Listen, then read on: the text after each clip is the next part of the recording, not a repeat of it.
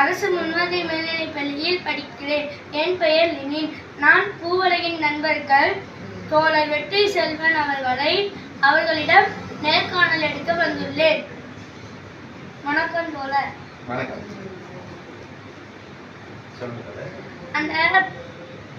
அந்த பறவைக்கு வால் நீளமா இருக்குது. அந்த பறவைக்கு மட்டும் இல்லை, இப்போ ஒவ்வொரு பறவைக்கும் ஒவ்வொரு விதமான அம்சம் இருக்கு. உடம்பு ஒன்று பெருசா இருக்கு, ஒன்று குட்டியா இருக்கு, ஒன்று ரெக்க பெருசா இருக்கு, அதனுடைய கால் ரொம்ப குட்டியா இருக்கு இல்லையா? இது எல்லாமே வந்து பார்த்தீங்கன்னா ஒவ்வொரு உயிரினங்களும் அதனுடைய பரிணாம வளர்ச்சியில வந்துட்டு அதனுடைய சுற்றுச்சூழல் எப்படி இருக்குதோ அதுக்கேற்ற மாதிரி கொஞ்சம் கொஞ்சமாக தகவமைத்துக்கணும். அதை வந்து நம்ம நம்மளுடைய கொள்கையில் எப்படி சொல்லணும்னு பார்த்தீங்கன்னா இந்த அடாப்டேஷன் சொல்லுவாங்க, தகவமைத்துக் கொள்ளுதல் அப்படிங்கிறது இருக்கு இல்லையா? அப்போ அந்த சூழலில் அது வாழணும். ஒரு குளிர் பிரதேசத்தில் வாழணும், இல்லைன்னா ரொம்ப சூடான இருக்கிற இடத்துல வாழணும், தண்ணியில் வாழணும், மரம் இருக்கக்கூடிய பகுதியில் காடுகளுக்குள்ள வாழணும். அப்படின்னா அந்த சூழல் எப்படி, அந்த சுற்றுச்சூழல் எப்படி இருக்கோ அதுக்கேற்ற மாதிரி உடம்பு அதுக்கேற்ற மாதிரி கொஞ்சம் கொஞ்சமாக தகவமைத்து அடைஞ்சிருக்கு. ஸோ இதை தான் வந்து பரிணாம வளர்ச்சியில் வந்து சொல்கிறாங்க. ஸோ அதனால அந்த பறவைக்கு இப்படி இருந்தால் தான் அது வாழக்கூடிய சூழலில் ஏதுவாக இருக்கும். ஸோ அது அப்படி பரிணாம வளர்ச்சி அப்படி எடுத்துருக்கு. ஏன் அந்தந்த பருவி அந்தந்த இடத்துல வாழ்துல, அந்த இடம் இல்லைன்னா இந்த அந்த பறவை இருக்காதுன்னு சொல்றீங்க? ரொம்ப முக்கியமானது. அதாவது என்னன்னா, இப்போ வந்து சிட்டுக்குருவி இருக்கு இல்லையா, காக்கா இருக்கு, ரெண்டுக்கு என்ன வித்தியாசம்? அது கருப்பா இருக்குது, இது குட்டியா ப்ரௌன் கலர்ல இருக்கு. அது ஒரு முக்கியமானது. இன்னொரு முக்கியமான விஷயம் என்னன்னா, காக்கா வந்து நான் வெஜிடேரியன், நம்மள மாதிரி. அது வந்துட்டு வெஜிடேரியனும் சாப்பிடும், நான் கறியும் சாப்பிடும். ஆனா வந்து சிட்டுக்குருவி இருக்கு இல்லையா, அது வந்து வெஜிடேரியன். அது வந்து பாத்தீங்கன்னா வெறும் சாமை கொள்ளு இந்த எண்ணெய் இதுதான் சாப்பிடுவாங்க, நெல் இந்த மாதிரி தான். அப்ப என்னன்னா, அப்ப சிட்டுக்குருவி வாழணும்னா இந்த உணவு எங்க இருக்குதோ அங்க மட்டும் தான் வாழ முடியும். அப்போ எந்த இடத்துல வாழ முடியுமோ அதுக்கான ஃபுட் ஹேபிட்ஸோட, அதுக்கான சாப்பிட பழக்கத்தோட ஒரு உயிரினம் இருக்கு இல்லையா? அப்போ அதுக்கேற்ற மாதிரி அது தகவமைத்து கொள்ளுது. காக்கா வந்து அப்படி இல்லை, அது எல்லா இடத்தையும் வாழ்றதுக்கு ஏற்ற மாதிரி தன்னை தகவமைத்து கொள்ளுது. அப்போ எங்கெங்க என்ன உணவு கிடைக்குமோ அதை சாப்பிட்டு வந்து அது வந்து பழகுது. அப்போ ஒவ்வொரு உயிரினம் வந்து இருக்கணும், அது வந்துட்டு வாழணும் அப்படின்னா அது எந்த சூழல்ல இருக்குதோ அந்த சூழலுக்கு ஏற்ற மாதிரி தன்னை வடிவமைச்சுக்கணும். அப்படி மாற முடியாத உயிரினங்கள் வந்து அழிஞ்சு போயிடும். அதுதான் வந்து டார்வினுடைய பரிணாம கோட்பாடு. ஸோ அந்த வகையில தான் ஒவ்வொரு உயிரினமும் அதை சுற்றி ஒரு சூழலுக்கு ஏற்ற மாதிரி தன்னை வந்து தகவமைத்துக் கொண்டே அது மாட்டுது. அப்போ என்னன்னா, அது உயிரினம் இருக்கணும் அப்படின்னா, சிட்டுக்குருவி இருக்கணும் அப்படின்னா வயல்வெளி இருக்கணும்.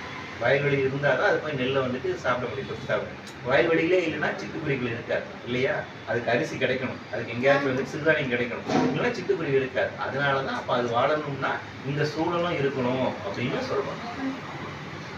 ராஜகோட்டனு பறவை இருக்குதுல்ல, ஒரு கழுகு. அந்த கழுகு காடு இல்லைன்னா அதனால வாழ முடியாது. காடு வந்து ரொம்ப குளிர்ச்சியா இருக்கும், அது வந்து பாலைவனத்துக்கு போயிடுச்சுன்னா அது என்ன ஆகும்? அப்படி வந்து ஒரு உயிரினம் வந்துட்டு அதுக்கு வந்து என்ன சொல்றது, அப்படியே ரொம்ப டைமெண்ட்ரிக்கு ஆப்போசிட் வாழணும். இந்த வேற ஒரு புதிய சூழலுக்கு போய் டக்குன்னு வாழ முடியாது. ஒன்று சாதாரண சிம்பிளான எக்ஸாம்பிள் எடுத்துக்கோமே. இப்போ நம்ம கிணத்து மீன் பார்த்துருக்கீங்களா, ஆத்து மீன் பார்த்துருக்கீங்களா, கடல் மீன் பார்த்துருக்கீங்களா? நீங்க வீட்டில் அக்வேரியம் வச்சு மீன் வளர்க்குறீங்களா? இல்லை இல்லையா? இப்போ என்னன்னா, ஆத்து மீன் இருக்கு இல்லையா, அது கொண்டு போய் கடல்ல விட்டா அது வாழுமா? கடல் மீனை கொண்டு வந்து ஆற்றுல விட்டா வாழுமா? முடியாது இல்லையா? ஏன்னா அது இருக்கக்கூடிய இந்த சூழலுக்கு ஏற்ற மாதிரி தான் உடம்பாக இருக்கு. அது மாதிரிதான் அப்ப நீங்க சொல்லக்கூடிய இந்த கழுகு இல்லையா, கருதணும், அது கொண்டு போய் வேற ஒரு இடத்துல விட்டீங்கன்னா அங்க வாழாது. அப்ப அந்த குறிப்பிட்ட இடத்துல மட்டும்தான் அது வந்து அதால வாழ்க்கைக்கு ஏற்ற மாதிரி தான் அது இருக்கும். ஒரு பனிக்கரடி கேள்விப்பட்டிருக்கீங்களா? நம்ம ஊர் காட்டுல இருக்கக்கூடிய கரடி பார்த்துருக்கீங்களா? கருப்பா இருக்கும். இந்த கரடி அங்க இருக்காது, அந்த கரடி இங்க இருக்காது. ஆனா இதோட மூதாதையர்கள் எல்லாமே ஒரு இதுல இருந்து வந்ததுதான். அந்த ஒரு சூழலுக்கு ஏற்ற மாதிரி அதை வந்து தங்களை வந்து மாற்றி அமைச்சுக்கிறாங்க. அப்போ அதனாலதான் என்ன சொல்றேன்னா, ஒரு உயிரினம் அதை அப்படியே நீங்க எடுத்து போய் வேற உயிரினத்துல வைக்க முடியாது. ஸோ அந்த இயற்கையினுடைய அமைப்பு முறை அப்படிங்கிறது அப்படிதான் இருக்கு. ஸோ இந்த அமைப்பு முறையை பேலன்ஸா வச்சுக்கணும் அப்படின்னு சொல்றோம். அதுதான் நம்ம வந்து நிலைத்தன்மை, சஸ்டைனபிலிட்டி அப்படின்னு நம்ம சொல்றோம்.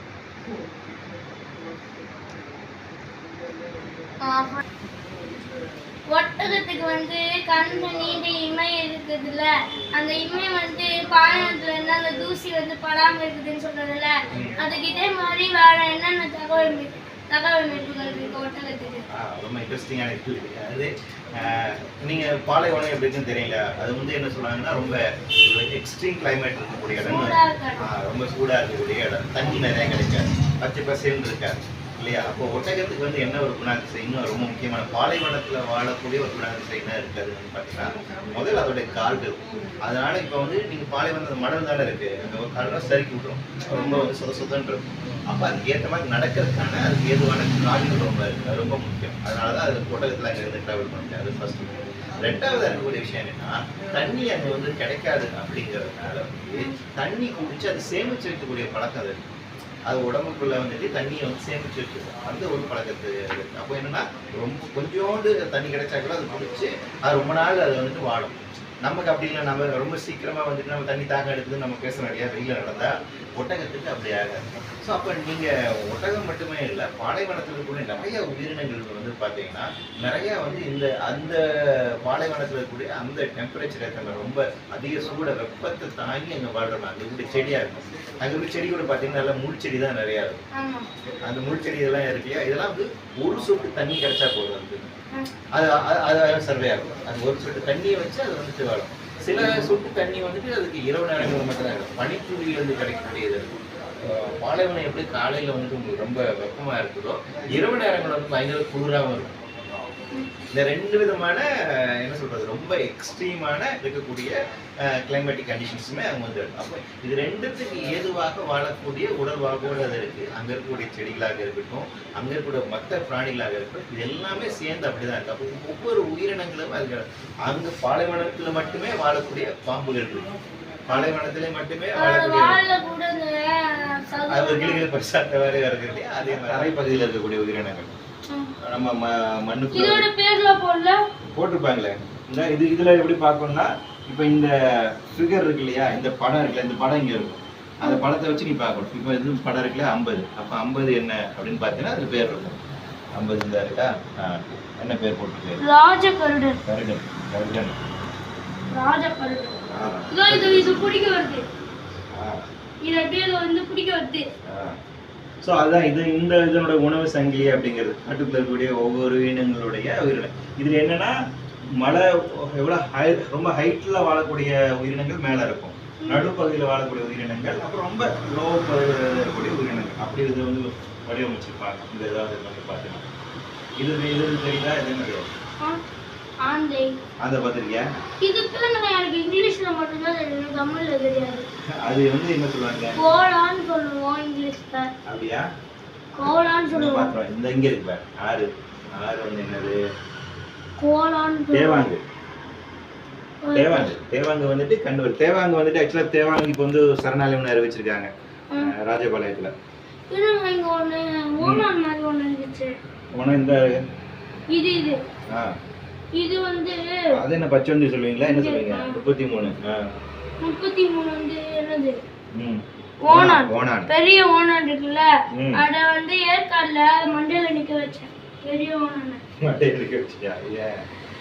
அப்புறம் வந்து பாம்பெல்லாம் கழுத்துல போட்டேன். பாம்பு கழுத்து போட்டலாம்ல, அப்படிதான் ஏன் டிஸ்டர்ப் பண்றாத? வளர்க்குற பாம்புடா, வளர்க்குற பாம்பு விஷத்தெல்லாம் எடுத்துருவாங்க. ஓகே, அப்ப சரி. விஷத்தை அப்படி எல்லா பாம்புக்கும் விஷம் இருக்காது தம்பி, சில பாம்புகளுக்கு மட்டும்தான் விஷம் இருக்கு. நம்ம நினைச்சிட்டு இருக்கோம்ல எல்லா பாம்புக்கும் விஷம் இருக்குன்னு, அப்படி கிடையாது. சில பாம்புகளுக்கு மட்டும்தான் விஷம் இருக்கும். ரொம்ப ஆபத்தானது. இது அதுவா? இது என்னது? இதுவா? வவ்வால். வவ்வால் பார்த்திருக்கியா? இது என்னது? ஒரு இடத்துக்கு போய் கொத்தா தொங்கிட்டு இருந்துச்சு. இது பறகுறாணின்னு சொல்லுவாங்க. அதேதான். இந்த பறவை பார்த்திருக்கியா? வால் இவ்வளவு பெருசா வச்சிருக்கும்.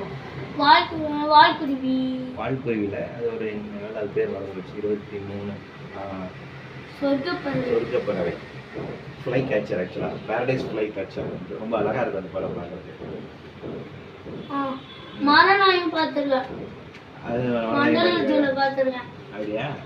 மண்டலத்துல போயிட்டு ஒளிஞ்சிட்டு இருந்துச்சு ஒரு புல்லுல. அப்புறம் வந்து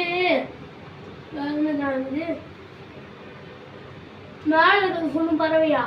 ஆமா, அதுவும் பறவை. இப்ப அங்க நம்ம பார்த்தோம் இல்லையா, இப்படி தண்ணி சார்ந்து வாழ்ந்ததோ அதே மாதிரி இந்த பறவை எல்லாமே காடு சார்ந்து வாழும். ஸோ காடு இருக்கிற வரைக்கும் தான் இந்த பறவைகள் இருக்கும். காடு, இந்த மரம், ஃபுல்லுமே பறவை பத்திதானா? இது ஃபுல்லா பறவைகள். இந்த மிருகங்கள் இருக்குல்ல, இந்த மேமல்ஸ், இந்த கொஞ்சம் இந்த ரெப்டைல்ஸ் இதெல்லாம் இருக்கு இல்லையா, இது வந்துட்டு என்னன்னா இந்த காடு சார்ந்து இருக்கக்கூடிய பறவைகள். அப்படி உள்ளுக்குள்ள அழகா இருக்கு இந்த போட்டோலாம். ம் உண்மையா